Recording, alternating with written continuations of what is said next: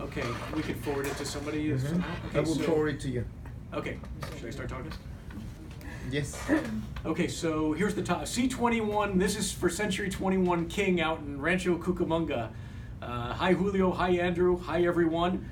I'm in the office of American Prime Lending in Cerritos. I'm giving them a plug, while I'm in their office and they're videotaping this, but we're doing a mastermind here and talking about goals and business planning for 2018 as it is. Quick story that I didn't even share with the guys here. When I was in my 30s or so, I read a book called Goals, and I don't even remember if it was a Brian Tracy book or Jack Canfield, but it was a book called Goals. It still exists. And there was another book, The Power of Focus. I think Goals was Brian Tracy, Power of Focus was Jack Canfield. And those two books affected me heavily in my 30s.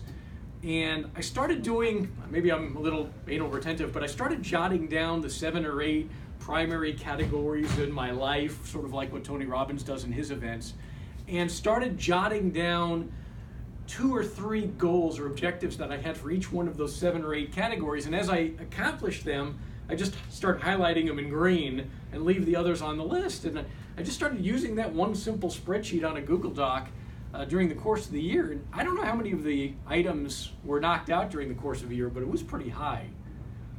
Everyone that I know has heard of the old Harvard Business School story, which I hear is not actually true, but the story goes like this, that a graduating class at Harvard were asked what were their goals, and the people that were able to verbalize their goals had significantly greater results over the next 20 or 30 years than those that didn't. And the 3%, I believe it was, of the class that jotted down written goals out-earned the entire rest of the graduating class combined. Pretty spectacular stuff. True or not, the power of written goals is staggering. My encouragement for you is keep your goals. You've heard the thing about SMART, the acronym SMART, that they should be simple and measurable and achievable, etc. How about this one? Just keep them short and simple. Super simple. I do strongly believe in Tony Robbins' rule of 3s that says the human mind works like this. 1, 2, 3, overwhelm. If you've got more than 3 goals or objectives, you're out of your mind. Keep it simple. Keep life simple and short, and you're on your way.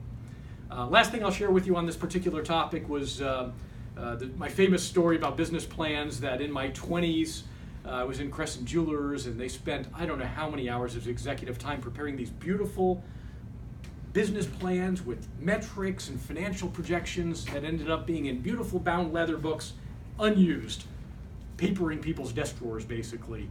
A business plan, in my opinion, should be no more than one side of a sheet of paper. Why? Because if you can't explain what you want and how you're going to get there in one side of a sheet or less, you got no shot of getting there anyway. It should be visible. It should be a living, breathing document. Those plans that are scribbled on and crossed out on, now that's a business plan. So anyway, look forward to continuing to work with all of you in the coming year. Congratulations on your progress in this past year. Outstanding stuff.